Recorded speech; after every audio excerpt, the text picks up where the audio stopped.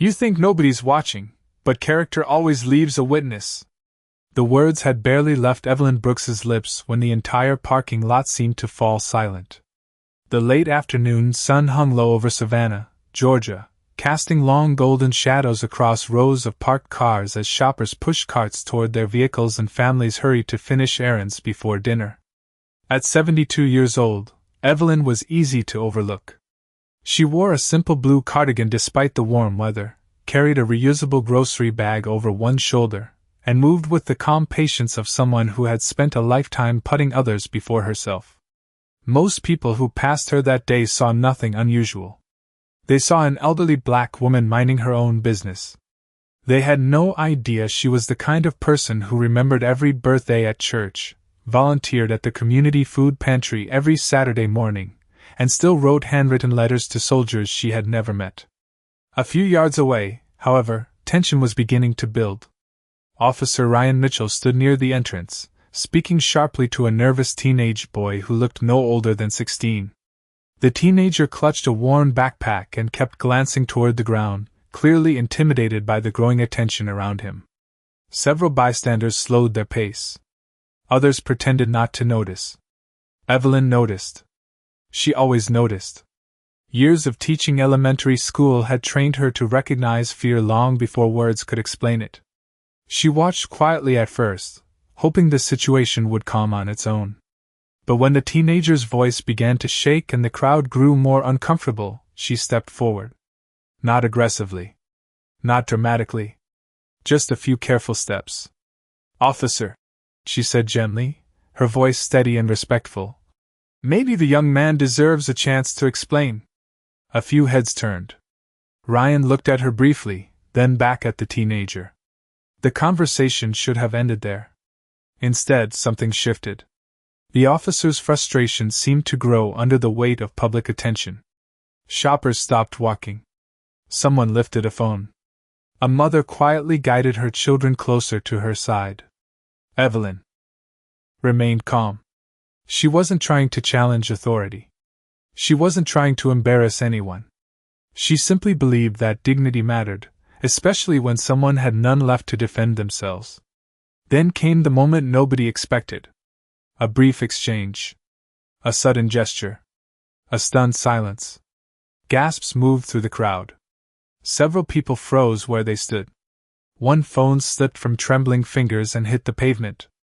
Evelyn took a small step backward, surprised but composed, her expression carrying more disappointment than anger. The teenager stared in disbelief. The officer himself looked startled by what had just happened, as though the weight of the moment had arrived all at once. Within seconds, multiple phones were recording. Strangers exchanged uneasy looks. Someone whispered, "Did that really just happen?" Evelyn adjusted her cardigan, straightened her posture, and quietly picked up the grocery bag she had nearly dropped. She did not shout. She did not argue. She simply looked around at the faces watching her and offered a sad, tired smile. Across the parking lot, a camera lens captured every second. Before sunset, that footage would begin spreading across social media. Before midnight, thousands of people would see it. And within 72 hours, one man would discover that the elderly woman he underestimated was the mother of a Navy SEAL who believed in justice more than revenge. Evelyn Brooks did not go straight home. Instead, she followed the same routine she had followed for years, because routine had always helped her make sense of difficult days. The evening air carried the scent of magnolia blossoms as she walked the 3 blocks from the grocery store toward Grace Community Church. The red brick building stood quietly beneath the fading Georgia sky, its white steeple glowing gold in the last light of sunset. Every Wednesday evening, Evelyn volunteered in the church kitchen, helping prepare meals for families struggling to make ends meet. Most of the people there had no idea what had happened earlier that afternoon. To them, she was simply Miss Evelyn, the woman who remembered everyone's name and somehow knew exactly when somebody needed encouragement. When she stepped through the side entrance, a young volunteer named Jasmine looked up from a folding table and smiled. "Miss Evelyn, you are right on time." Evelyn returned the smile. "Some habits are worth keeping." For the next hour, she helped organize food boxes, stacked canned vegetables, and greeted neighbors as they arrived. She moved slowly but confidently, never mentioning the growing storm brewing online. Across Savannah, however, phones continued lighting up with notifications. The video was spreading faster than anyone expected. Thousands became tens of thousands. Comments poured in from strangers who had never met Evelyn but immediately recognized the quiet dignity in the way she carried herself. Some expressed anger. Others expressed heartbreak. Many simply asked the same question. Who was she? Around 8 o'clock that evening, Evelyn finally returned to her small house on Maple Street. The home was modest, with a narrow front porch and flower beds she tended herself every spring. Family photographs covered the living room walls. There were pictures of former students, church events, and military ceremonies. One framed photograph sat near the fireplace. It showed a younger Evelyn standing beside a tall man in a navy dress uniform. His posture was straight. His smile was reserved. His eyes reflected the same calm strength she carried every day. Marcus Brooks had always been that way. Even as a child, he listened more than he spoke. While other boys chased attention, Marcus focused on responsibility. Years later, that sense of duty would carry him through some of the most demanding military training in the world. But tonight, Marcus was nearly 4,000 miles away. He had no idea his mother's name was beginning to appear across news feeds throughout the country. Evelyn settled into her favorite chair beside the window and poured herself a cup of tea. Outside, cicadas hummed beneath the warm southern night. She stared quietly into the darkness beyond the glass. Her phone rested on the table nearby. It vibrated once. Then again. Then a third time. Messages from church friends. Former students. Neighbors. Concerned voices asking if she was all right. Evelyn answered each one with the same gentle reassurance. I am fine. Thank you for checking on me. Yet even as she typed those words, another notification appeared. This one came from an unfamiliar number. She hesitated before opening it. The message contained only a single sentence. Ma'am, your story is everywhere now. Evelyn looked toward the photograph beside the fireplace. Somewhere beyond the Atlantic Ocean, her son was finishing another long day of service. By sunrise, that would change. And when Marcus Brooks finally saw what the world had seen, nothing would unfold the way anyone expected. The sun had not yet risen over Savannah when Officer Ryan Mitchell walked into the South District Precinct carrying a large cup of coffee and the confidence of a man who believed the worst was already behind him. The station buzzed with the familiar sounds of ringing phones, radio chatter, and officers preparing for another day on duty.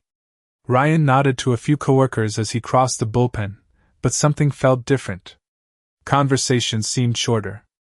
Eye contact disappeared faster than usual. One officer glanced at his phone and quickly locked the screen when Ryan approached. Another lowered his voice in the middle of a sentence. Ryan noticed it, but he convinced himself it was nothing. He entered his office, set down the coffee, and opened his email. The first message waiting for him came from Internal Affairs. The second came from the Chief of Police. The third came from the City Communications Office. His confidence began to fade. Overnight, the video had spread far beyond Savannah. Local news stations had picked it up first. Then regional outlets.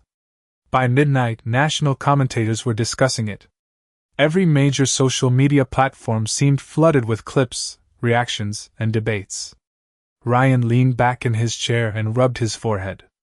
He had dealt with public criticism before. Every officer had. Usually the attention moved on within a day or two. This felt different. Across town, reporters had already begun gathering near Grace Community Church. They interviewed volunteers, neighbors, and former students. One elderly man described Evelyn as the kindest person he had known in 40 years. A young mother explained how Evelyn had paid for school supplies when her family could not afford them. Former students shared stories about encouragement, patience, and second chances. The more people learned about Evelyn Brooks, the harder it became to fit her into the simplified narratives spreading online. She was not seeking attention. She was not making public statements. She had not hired an attorney. She spent the morning exactly where she always spent Thursday mornings, helping organize donated clothing for local families. Meanwhile, nearly 4,000 miles away, Marcus Brooks finally checked his phone after a long operational briefing. The first message came from an old friend in Virginia. The second came from a former teammate in California. The third came from a retired commander. Marcus frowned. None of them usually contacted him at the same time. He opened the first message. Then the second. Then the third. Within seconds, a video filled his screen. The room around him seemed to disappear. Marcus watched carefully. Once. Then again. Then a third time. He did not react outwardly. Years of military service had taught him discipline under pressure. But his jaw tightened slightly. His eyes remained fixed on the screen. When the video ended, he stared silently at the final frame. Nearby personnel continued moving through the facility, unaware that his entire focus had shifted. Marcus reached for the framed photograph sitting on his desk. It showed him and Evelyn standing together outside Grace Community Church during his last visit home. She was smiling. He remembered her words from that day. "No matter what happens, always choose dignity before anger." Marcus looked back at the screen. Then he opened a flight schedule. Before the morning was over, arrangements would be made. Before the weekend arrived, he would be standing in Savannah. And although many people expected confrontation, Marcus Brooks was already thinking about something far more powerful than revenge. He wanted the truth. And the truth was about to become very difficult for certain people to hide. The first thing Marcus noticed when he stepped off the plane in Savannah was the heat. Even in the early morning, the Georgia air wrapped around him like a heavy blanket carrying the scent of salt, pine, and distant rain. He traveled with a single duffel bag and the quiet posture of a man accustomed to moving without drawing attention. No reporters recognized him at the airport. No cameras followed him. That was exactly how he preferred it. 45 minutes later, he pulled into the driveway of Evelyn's small home on Maple Street. The flower beds were freshly watered. Wind chimes swayed gently beneath the porch roof. Everything looked exactly as he remembered. When Evelyn opened the front door, her eyes widened before softening into a smile. "Marcus." He stepped forward and wrapped his arms around her. For several seconds neither of them spoke. The house felt smaller than he remembered, but somehow warmer. Sunlight filtered through lace curtains, painting soft patterns across the hardwood floor. A kettle whistled in the kitchen. Family photographs lined the walls.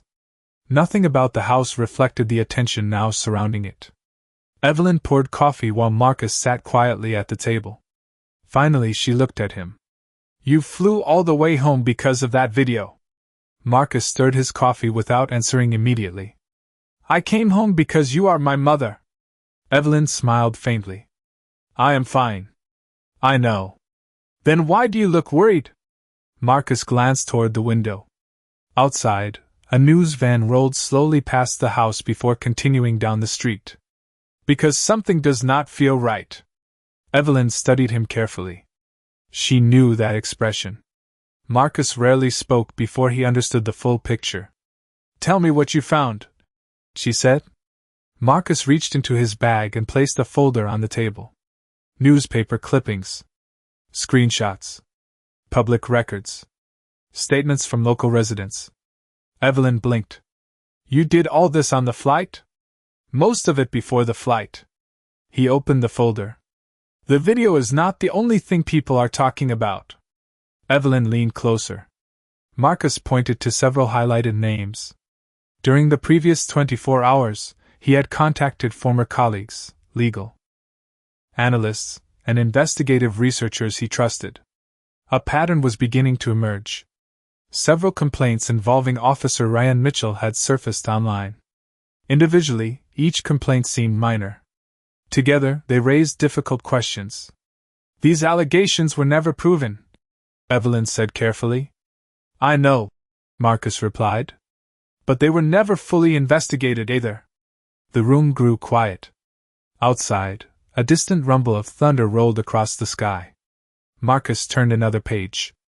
One witness claimed evidence had disappeared. Another described being discouraged from filing a report. A third mentioned surveillance footage that could not be located afterward. None of it proved misconduct. But it suggested something troubling. Evelyn folded her hands together. Marcus. Yes? Promise me something. He looked up. Do not let anger make decisions for you. Marcus smiled softly. You taught me that lesson a long time ago.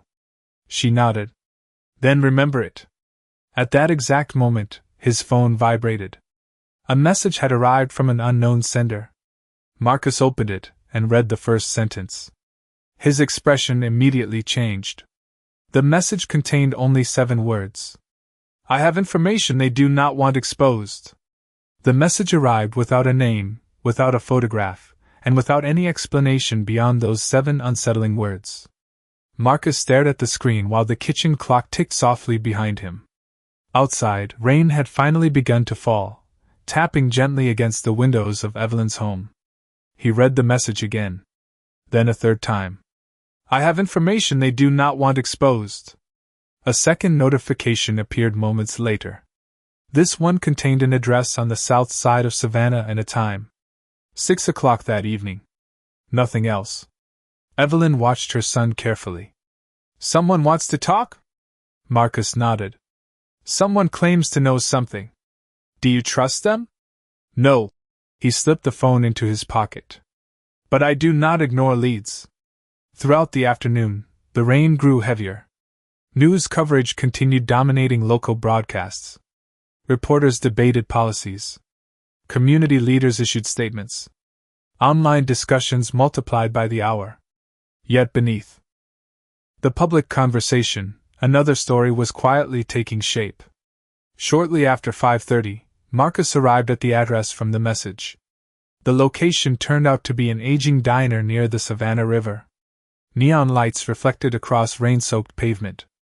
Only a handful of customers occupied the booths inside. Marcus entered calmly and scanned the room. A woman sitting alone near the back window raised her hand slightly. She appeared to be in her late 50s. Tired eyes. Gray hair. Nervous posture. Marcus approached cautiously. You sent the message? The woman nodded. My name is Linda Harper.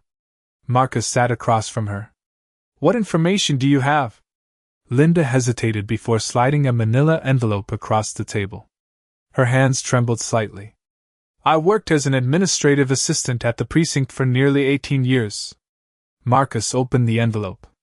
Inside were copies of reports, internal memos, and complaint records.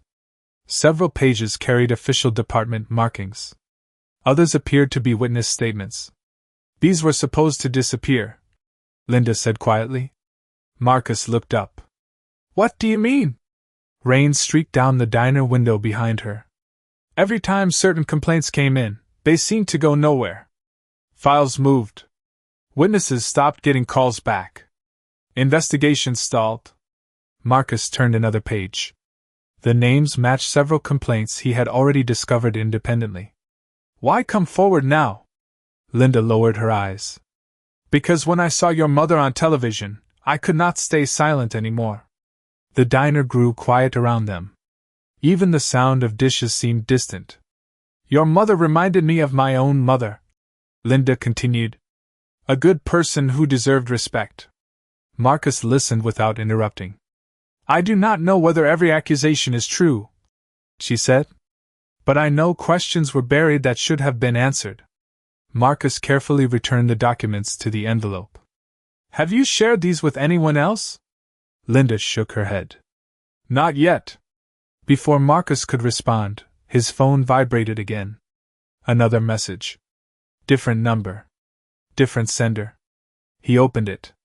A photograph appeared on the screen.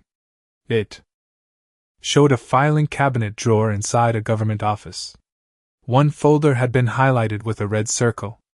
Beneath the image were 6 words. They know someone is talking now. Marcus slowly looked up from the phone. Across the diner, Linda's face had gone pale. And for the first time since arriving in Savannah, Marcus realized this story might be much larger than anyone had imagined. The rain continued long after Marcus left the diner. Street lights reflected across wet pavement like ribbons of gold stretching through the darkness of Savannah. He drove slowly through the city, the envelope resting on the passenger seat beside him. Every few minutes his eyes drifted toward it. Not because he was afraid of what it contained, but because he understood what it represented. Information had weight. Truth had consequences. And someone, somewhere, was clearly worried about both. By the time he reached Maple Street, the neighborhood had gone quiet. Most porch lights were off. The only sound came from distant thunder rolling across the clouds. Marcus parked at the curb and remained in the vehicle for a moment, watching raindrops slide down the windshield. The message from the unknown sender lingered in his thoughts. They know someone is talking now. It was not a threat. It felt more like a warning. Inside the house, Evelyn sat near the living room window with a blanket folded across her lap. A lamp cast warm light over a half-finished crossword puzzle. She looked up as Marcus entered. "Long day?" she asked gently. Marcus nodded. "Longer than expected." Evelyn studied his expression. "You found something." He placed the envelope on the coffee table. "Maybe." She waited. Marcus had always been careful with words. Even as a child, he rarely spoke before thinking. Tonight was no different. He removed several documents from the envelope and arranged them neatly on the table. Evelyn adjusted her glasses and examined the pages. The room remained quiet except for the ticking clock above the fireplace. Neither spoke for several minutes. Finally, Evelyn leaned back. "This is bigger than one incident." Marcus nodded slowly. "That is what concerns me." Outside, the rain softened into a gentle rhythm against the roof. The house felt peaceful despite the storm surrounding them. Marcus glanced toward an old photograph hanging above the mantel. It showed his father standing proudly beside Evelyn decades earlier. His father had often said that character revealed itself when nobody was watching. Looking at the photograph now, Marcus wondered how many people had forgotten that lesson. Evelyn folded her hands together. "You know what troubles me most?" Marcus looked at her. "What?" She stared at the documents. "Not that mistakes happen. Everyone makes mistakes. What troubles me is when people stop caring whether those mistakes are corrected." Marcus listened quietly. "A community survives because people trust each other," she continued. "The moment that trust disappears, everybody loses." For a while neither spoke. The storm drifted farther east. The house settled into silence. Then Marcus's phone vibrated again. He expected another anonymous message. Instead, an unfamiliar voicemail notification appeared. The message had been left only minutes earlier. Marcus pressed play. A nervous male voice filled the room. "Mr. Brooks, my name is Daniel Reyes. I was there that day. I saw everything. There is something important the public does not know. I tried telling investigators, but nobody called me back." The recording paused briefly before continuing. "You need to see what was missing from the video." Marcus sat perfectly still. Evelyn lowered her glasses. The voicemail ended with an address and a request to meet the following morning. Marcus looked toward the dark window. Somewhere beyond the glass, hidden behind rain clouds and unanswered questions, another piece of the truth had just emerged. Morning sunlight broke through the clouds for the first time in days as Marcus pulled into a small industrial parking lot on the edge of Savannah. The address from the voicemail led to a family-owned security company tucked between a tire shop and a warehouse. The building looked ordinary, but the man waiting outside was anything but relaxed. Daniel Reyes paced near the entrance, checking over his shoulder every few seconds. When Marcus stepped out of the truck, Daniel immediately approached. "Thank you for coming," he said. "I was starting to think nobody would." Marcus shook his hand. "You said something was missing from the video." Daniel nodded and led him inside. The office smelled faintly of coffee and printer ink. Several monitors displayed security camera feeds from businesses across the city.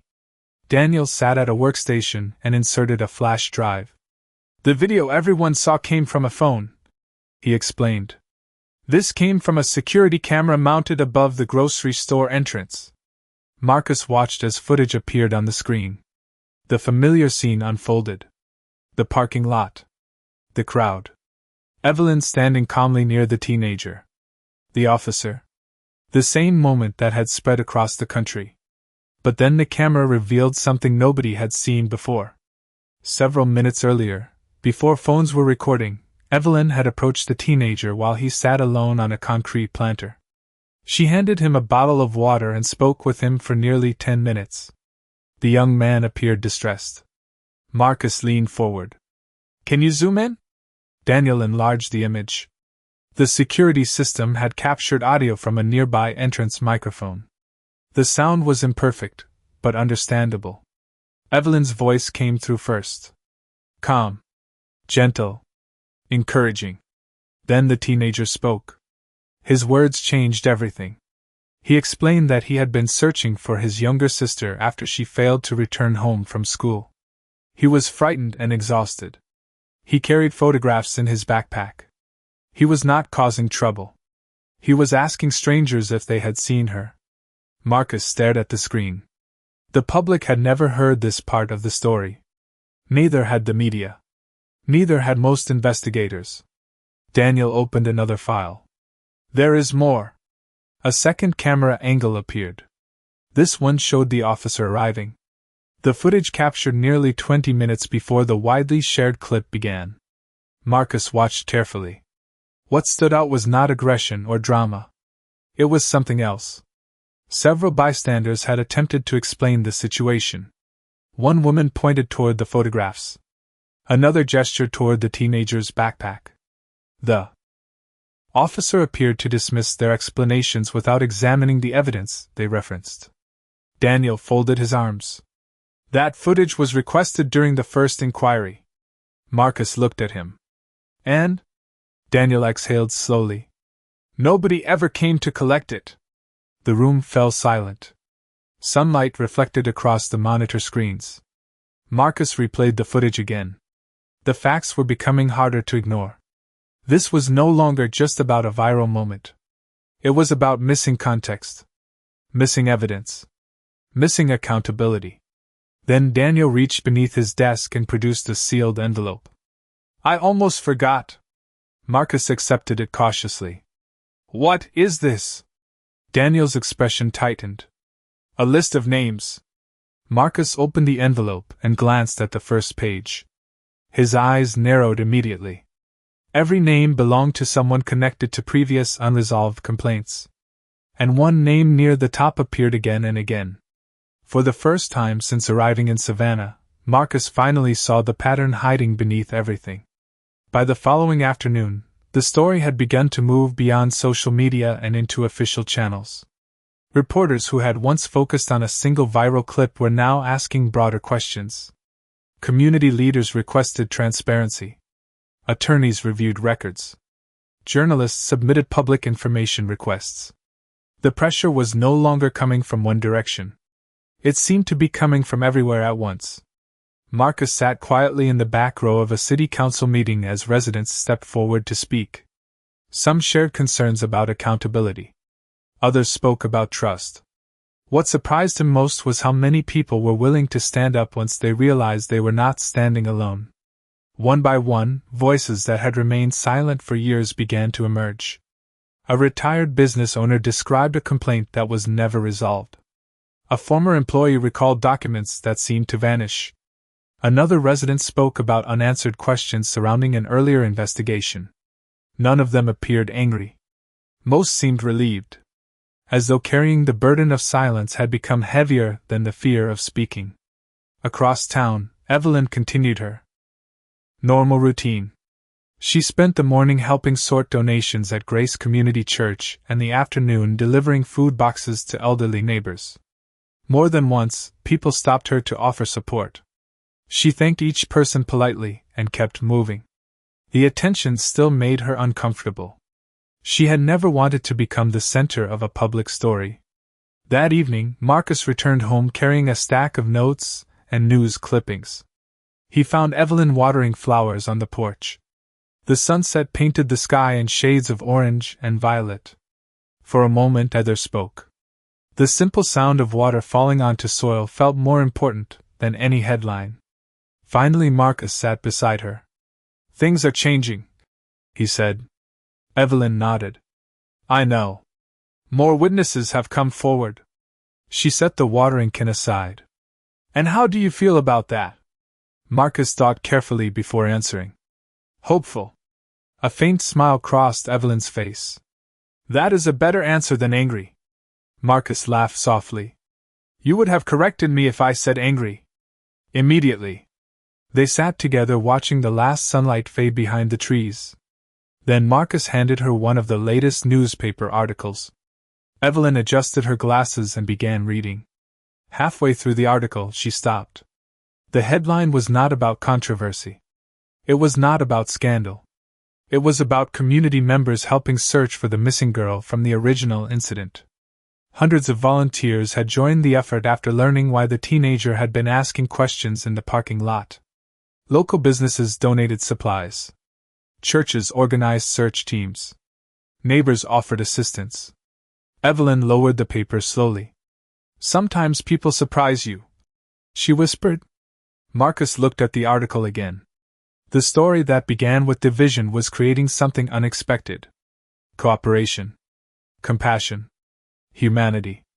Just then his phone vibrated. Another message appeared. This time it came from a verified news organization. Internal records had been obtained. Independent investigators were opening a formal review. Additional evidence would be released publicly within 24 hours. Marcus showed the message to Evelyn. She read it quietly and then looked toward the darkening sky. "Truth has a way of finding daylight," she said. Neither of them realized that by the next morning, the revelation waiting inside those records would change everything. The records became public just after sunrise. By noon, every major news station in Georgia was discussing the findings. Independent reviewers confirmed that multiple complaints connected to the same network of unresolved cases had never received complete follow-up. Several files had been misclassified. Others had been delayed for months. Some had simply stalled without explanation. The formal review expanded quickly. Officials announced new procedures. Additional investigators were assigned. Community meetings filled to capacity. Yet the most surprising development had nothing to do with documents, headlines, or public statements. It came from the people themselves. Residents who had spent years distrusting one another began showing up in the same rooms, asking the same questions, searching for the same answers. The missing girl from the original incident was located safely with relatives in a neighboring county after volunteers helped distribute information throughout the region. Her older brother stood before cameras with tears in his eyes, thanking complete strangers for helping reunite his family. The story that had once divided people was now bringing them together. A week later, Marcus and Evelyn attended a community gathering at Grace Community Church. The sanctuary was filled beyond capacity. Teachers sat beside business owners. Retirees sat beside college students. Police officers sat beside residents who had once felt unheard. The atmosphere was not one of celebration. It was something quieter. Reflection. Understanding. Growth. Near the end of the evening, the pastor invited Evelyn to say a few words. She hesitated before walking to the front of the room. The wooden floor creaked softly beneath her shoes.